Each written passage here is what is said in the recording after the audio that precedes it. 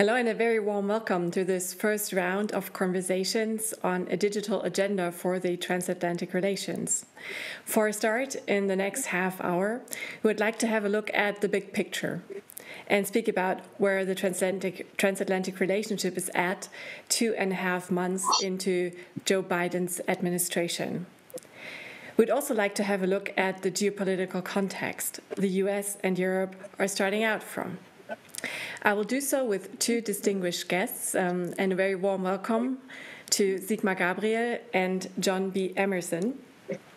Probably most viewers are familiar with those two faces, but I'll introduce them very quickly anyway. John B. Emerson is the chair of the American Council on Germany. He's a lawyer, political strategist, and he's probably best known to the German audience as the U.S. ambassador to Berlin under President Barack Obama, which a post he held until 2017.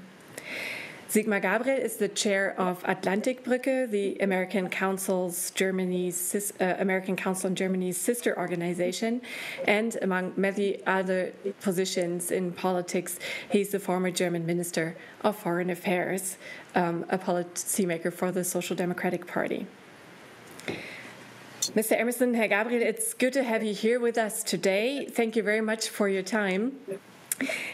We are recording this on March 22nd, ahead of a foreign ministers meeting of the NATO, and of course, news won't stop, so things may have changed by the time our audience is watching this. But we want to have a look at the big picture anyway. So let's start with really the very broad view. Mr. Emerson, how would you describe the state of transatlantic relations 2 months into the Biden administration's term? Well, a heck of a lot better than they were 2 months ago.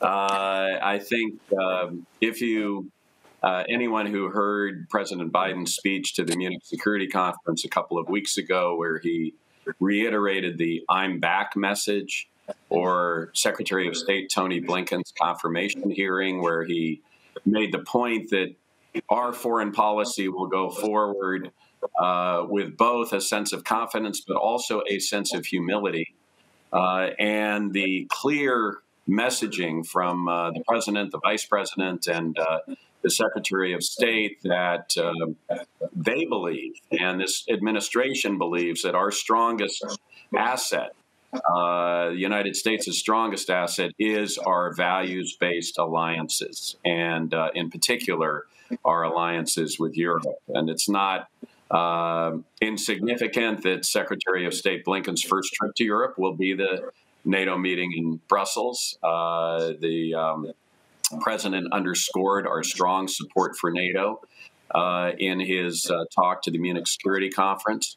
There are a lot of issues that we ought to be able to work through, whether it's regarding digital policy or trade or other economic issues with the EU. And particularly with Germany, and all the leaders of the administration who are involved in foreign policy have finally they've made clear that the major problems that we face globally, whether it's climate change or transnational terrorism or cyber vulnerability, and the vulnerability of our digital systems to attack, or refugee crises, or global pandemics.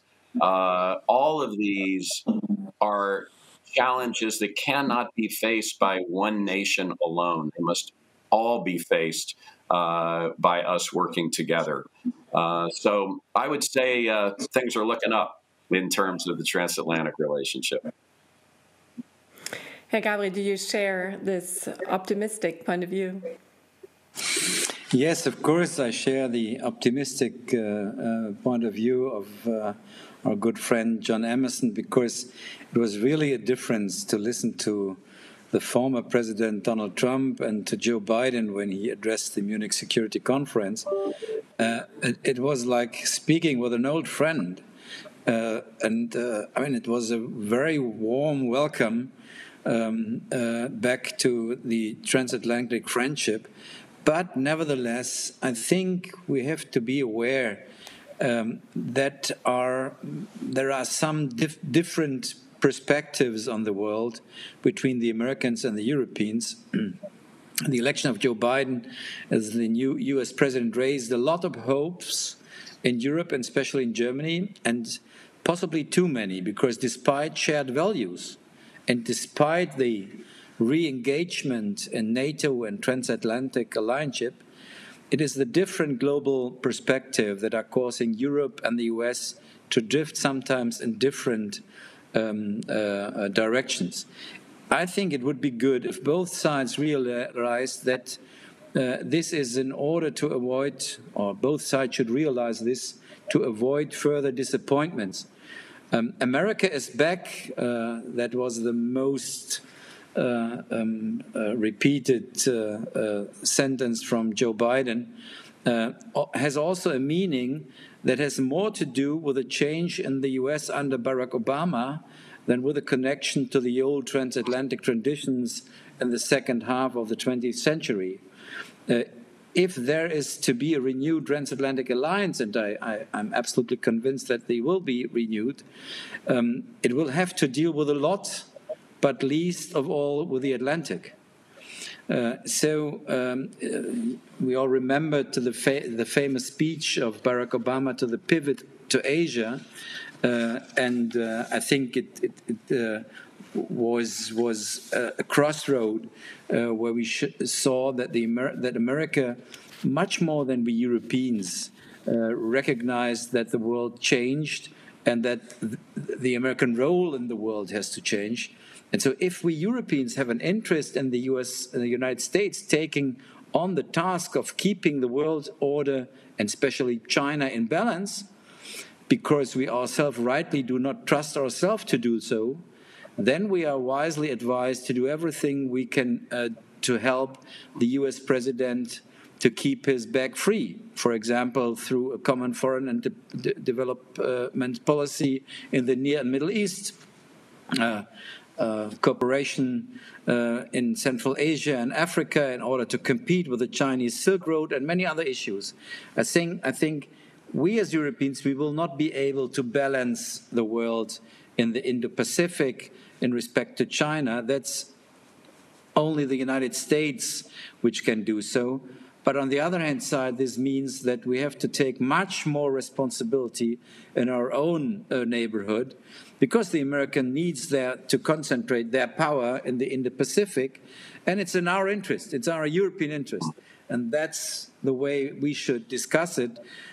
Sometimes I have the feeling that the Germans are sitting back and say, okay, everything is fine, like in the last 70 years, we have the Americans to do whatever is necessary in our neighborhood. No, this will not be the case. There's a lot to do for ourselves. Thank you. You've mentioned some of the difficulties or possible divergencies in viewpoint. We'll get to those in a bit, but I'd like to stick with a very big narrative for a moment. I think Joe Biden is a master of political narratives. And one narrative that he and Secretary of State Antony Blinken and also Jake Sullivan, the National Security Advisor, have been repeatedly using is that foreign policy must serve the American middle class. John B. Emerson, what could that mean concretely in everyday international politics? Well, part of it is messaging and part of it is substantive. I'd say from a messaging standpoint,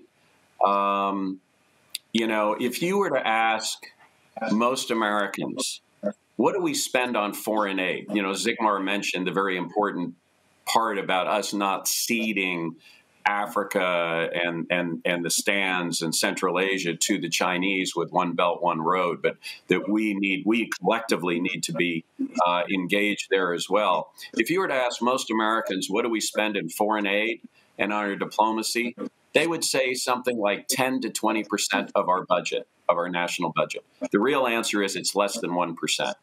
And if you were to ask them, what should we spend, they would probably say 5 or 6%, 5-6 times what, in fact, we do spend in this area. And the truth is, we as a country and our leaders have not done a very good job of explaining to the American people why, apart from when things like 9/11 happened, it is so crucially important for us to be engaged with the rest of the world, and how that, in fact, can impact their daily lives. So part of that is just simply messaging. If we're engaged in, negotiations, or if we're engaged in an enterprise in the Middle East or MENA or Asia, or doing something to counter what China might be doing from an adversarial standpoint, that is something that is actually impactful in the daily lives of most Americans. The second piece is the more substantive piece, and I think this probably relates more to our economic relationships and our trading relationships. And it's sort of a recognition that, the view that I think fueled trade negotiations with both Democratic and Republican administrations in the past, the Clinton administration, of which I was a part, and Obama, but also the two Bushes, Reagan, and even Richard Nixon, that it would be in our interest to embrace globalization, and that in so doing, while there might be winners and losers, ultimately this would create great productivity and prosperity, and that prosperity would lift all ships. And what we found out, and honestly, this was something that both Bernie Sanders and Donald Trump seized on in their respective 2016 campaigns, but what we found out is there are a whole lot of Americans who feel that they have been left behind, that their ships were not floated by this rising tide. And there are other factors in this. Obviously, the rise of automation and technology. I always make the point that for every 10 jobs that may have gone overseas from the United States, if you brought them back today, you'd bring back 2 jobs and 3 robots. So technology has had a big part to do with it, and just sort of the changing global environment.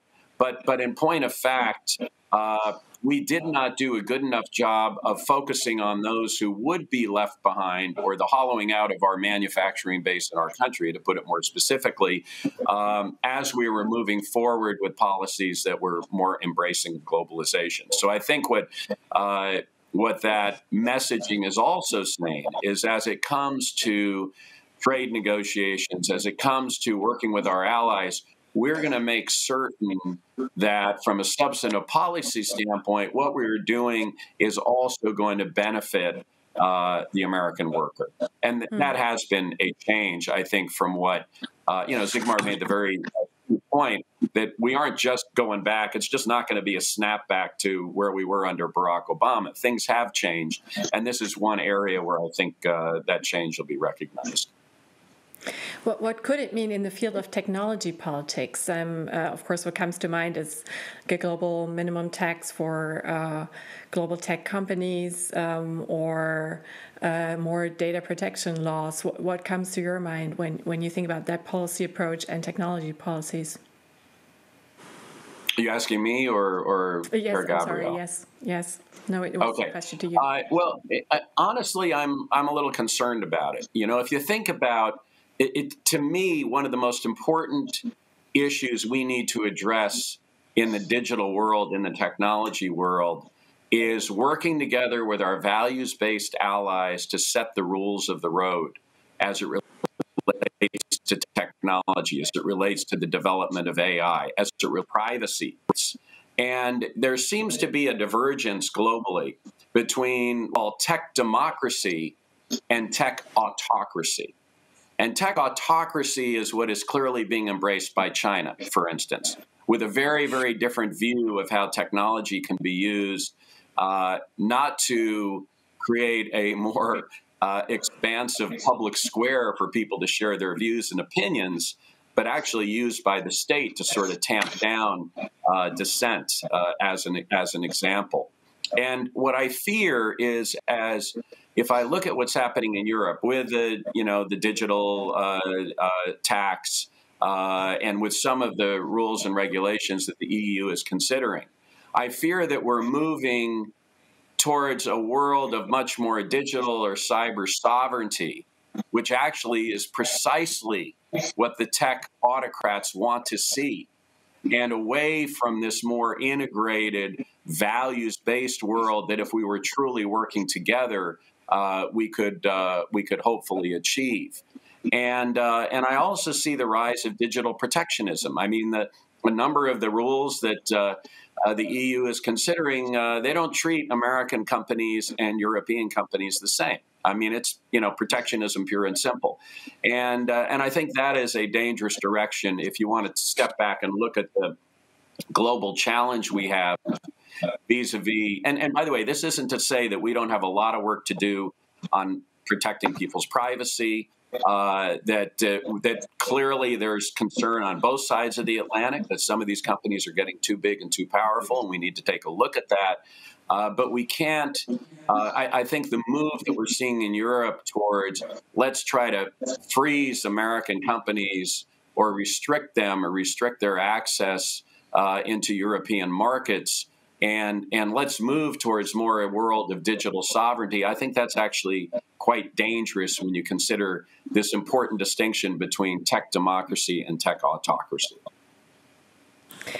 Sigmar Gabriel, the foreign policy that serves the middle classes, is that something that you think Germans and Europeans can relate to, and particularly you as a social democrat, and how would you see connections to tech policies? I would say that there are two sides of the same coin. In the United States, there is a political scientist, his name is Walter Russell Mead, I think so. He called this development the end of the Wilsonian era. The end of the Wilsonian era. That means latest the Biden administration knows that it can only create a sustainable balance, for example, with China by regaining its own national economic and technological strength. And this also includes fighting the growing social inequality and injustice in the US, because that will be the prerequisite for the majority of the electorate to accept a renewed American engagement in the world. So during the last 50, 60, 70 years, American foreign policy, it was not necessary to couple it with the internal debate in the United States. They felt that it's normal that the indispensable nation has to play its international role for a broader understanding of its national interests, to organizing a liberal world and to safeguard this world prevented the United States to send for the third time their American soldiers in a Third World War to Europe, for example. But now the perspective to the international engagement of the US changed in the United States. And of course, I mean, this idea, the Wilsonian era, as an American scientist called it, came to an end with Donald Trump. And it's not longer taken for granted that international American engagement or investments in international organizations, for example, are always in the well-understood interest of the United States. Or as the new U.S. Security Advisor, Jake Sullivan, you mentioned him, put it, any American engagement has to show what's the value for the American middle class. The necessary expenditures for an international engagement in the U.S., and this includes, by the way, not least the military expenditures, must therefore not be an expense on domestic economic and social reform programs, and that's not an easy task for Joe Biden.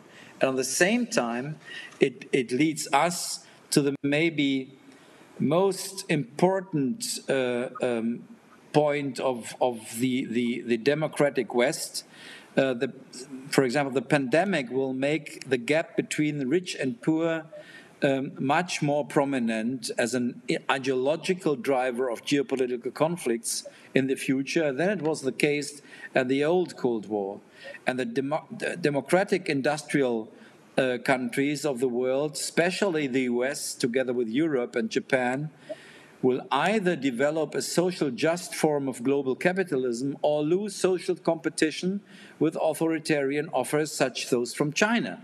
I mean, that's in the core of our Western common interest, and just as it was possible in the second half of the 20th century to contain capitalism nationally through ideas of, we call it in Germany and Europe, of a social market economy, this is becoming the global prerequisite of the attractiveness of the idea of liberal democracies.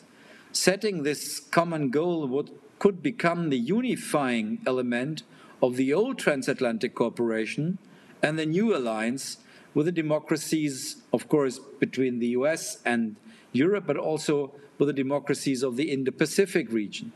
In any case, that would give Europe far more influence than the occasional idea of sending some battleships in the Indo-Pacific. I think it's much more interesting to be part of the debate which kind of social framework an international global order needs to raise the attractiveness of liberal democracies again against the authoritarian alternatives. We only have a few minutes left, but I'd like to hear you both explicitly on the Indo-Pacific and China. Mr. Emerson, we've seen a symbolic first voyage of Antony Blinken to Japan, and just a few days later, a meeting with Yang Jiechi, the highest-ranking Chinese diplomat, which was fairly unfriendly, I believe, for a diplomatic meeting. What do you make of these first moves? Well, first of all, I think you're right. It was a significant meeting with at least our allies. It wasn't just a meeting with China, but there was a meeting that the president had with, quote, the Quad, which is, Australia, India, includes Australia, India, and Japan, and obviously the United States. And then, of course, this initial meeting with both Secretary of State Tony Blinken and National Security Advisor Jake Sullivan and their counterparts from China that took place in Anchorage. And certainly there appeared to be some fireworks, unusual in these meetings. Usually the public comments are actually quite bland and boring, but that was not the case here. I think it's important to understand, though, that often the public comments, and I would really defer to Minister Gabriel on this, who has had a lot of experience in this area, but I would say the public comments are clearly designed for an audience. They're designed for the home audience. I think in this case, particularly coming from the Chinese, they were designed for an audience of one, President Xi Jinping, and to make sure that this message was delivered. But from what I hear, the substantive discussions that took place once the cameras were off were fruitful and productive, and certainly had a different tone, where they seemed to make some progress. The tone of the public comments was not continued in the private discussions. So I just want to make that observation. I think that often, is the case in these.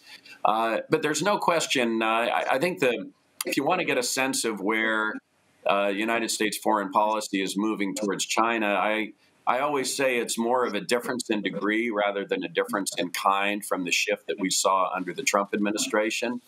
Difference in degree being that our policy for China, the president certainly would like to work in concert and collaboration with our allies, whereas the Trump approach was more of a mano-a-mano approach. We think we're stronger that way. We think our allies will be stronger and better protected that way. Secondly, there are issues where we will want to cooperate and coordinate with China, not the least of which is climate change. And honestly, trying to set up a structure for addressing future pandemics that may occur, and also, obviously, trying to address nuclear proliferation, and particularly North Korea. Those are areas where we're going to want to work together with China. And I think clearly the tone will be different. We won't have the rest of the world waiting to wake up every morning and see what the president tweeted at 5 a.m. and whether there won't be as much of a sort of an erratic approach to our relationship with China. But as I said, those are more differences in degree, not difference in kind. I mean, Tony Blinken's speech recently where he said we will be cooperative where we can be, we'll be competitive where we should be, and we'll be adversarial where we must be with China, I think creates a pretty good frame for what this approach has evolved to. Well, thank you. Sigmar Gabriel, you've already mentioned that Europe's role in this, and particularly Germany's role in this, can't be just to send 1 or 2 battleships to the Indo-Pacific. But where do you see Germany's role, and how would you compare it to Britain's role? Great Britain has just published a strategic review where the Indo-Pacific plays a major role. Who's the best partner for the US to achieve what they want to achieve in the Indo-Pacific region? I mean, first of all, of course, the Quad has really the biggest importance for the United States, and sometimes we Europeans, we are looking too much to ourselves. I mean, of course, the transatlantic alliance is important for the U.S., but in this rivalry, the United States needs partners in the Indo-Pacific, and it's an absolute normal strategic idea to join hands with the democratic countries of the region, where the United States have a long-standing cooperation, for example, with South Korea or Japan or Australia. India was a bit more difficult with the United States, but of course India is a rival of China, and I think that's normal. The other question is, what's our position to China? And I think, like John described it for the US, I mean, of course there are areas where we want to cooperate with them. And I hope that together with the US, South Korea, and others, and Australia, we can push the Chinese to the negotiation table of the WTO, because the field where we want to cooperate with them is the field of trade and economic partnership. But ask the German industry, they are absolutely not satisfied with the way China went through the last years under Xi Jinping. It's much more difficult for German companies there. They have all these difficulties with intellectual property rights, state subsidies, and so on and so forth. So I would say there we have the absolutely the same interests with the US. I mean, we had difficulties under the Trump administration when they asked us to decouple from China. I personally don't think that you can put a 1.4 billion citizen country under arrest. That's a bit difficulty. And for us, of course, China is something like a frenemy. It's an enemy when it comes to our social and political system, and it's an economic partner when it comes to the economics. And so decoupling from China, by the way, think about, we would decouple the world between a Chinese digital area and an American or Western digital area. What this would mean for an export-orientated region like Europe, or especially Germany, it would be a catastrophe for our economy. But of course, we have to bring China in a framework where fair competition and fair economic cooperation is possible. That's not the case today. And there are some other issues where we have the same interest like the US. As I said at the very beginning, why there is no transatlantic alternative to the Silk Road? Why we accept that China is the only country who make offers to Central Africa and to Africa and Central Asia?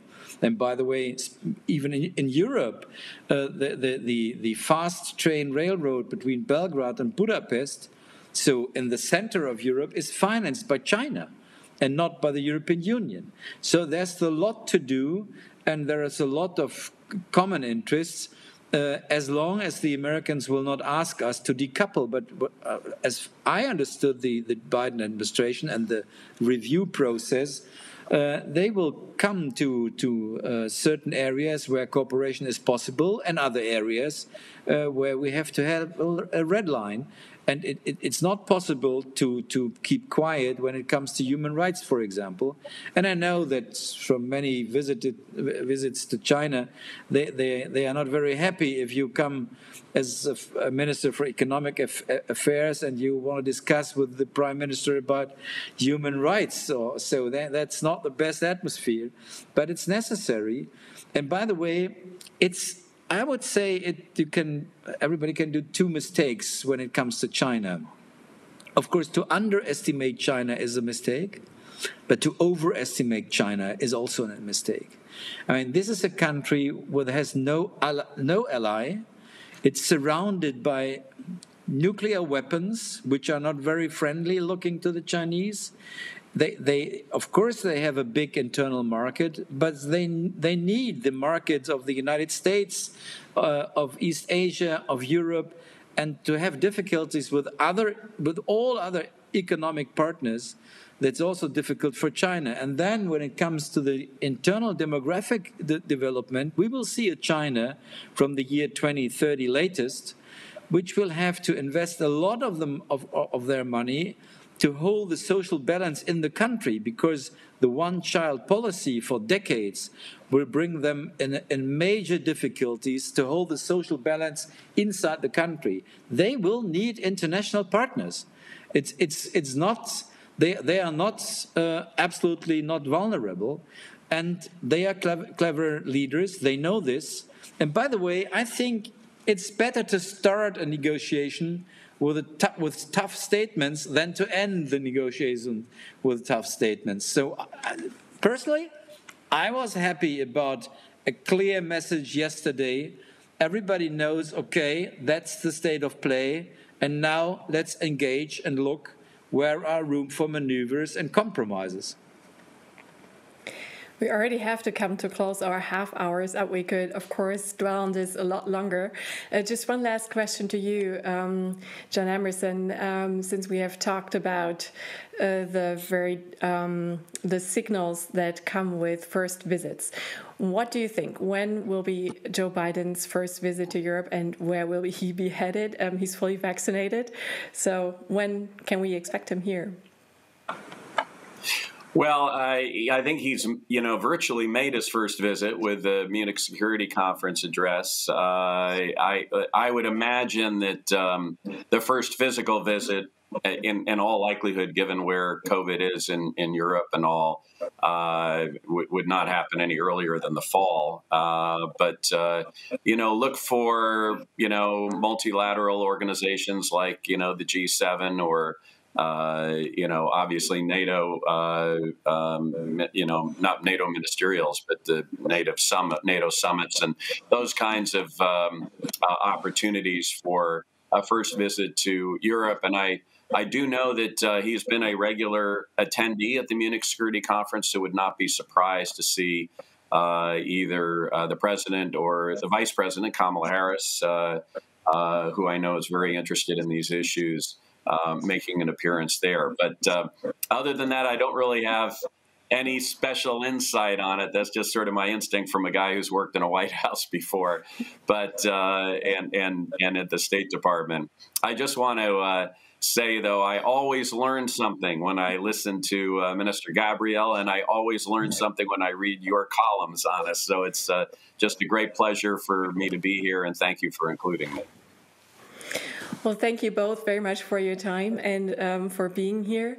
And we hand it back to the discussion, and I hope that you can pick up on some of the things that we have developed here. And I suggest maybe talking about transatlantic Silk Road, as Sigmar Gabriel has suggested. Thank you very much. Bye-bye. Have a good day. Bye-bye. Bye-bye.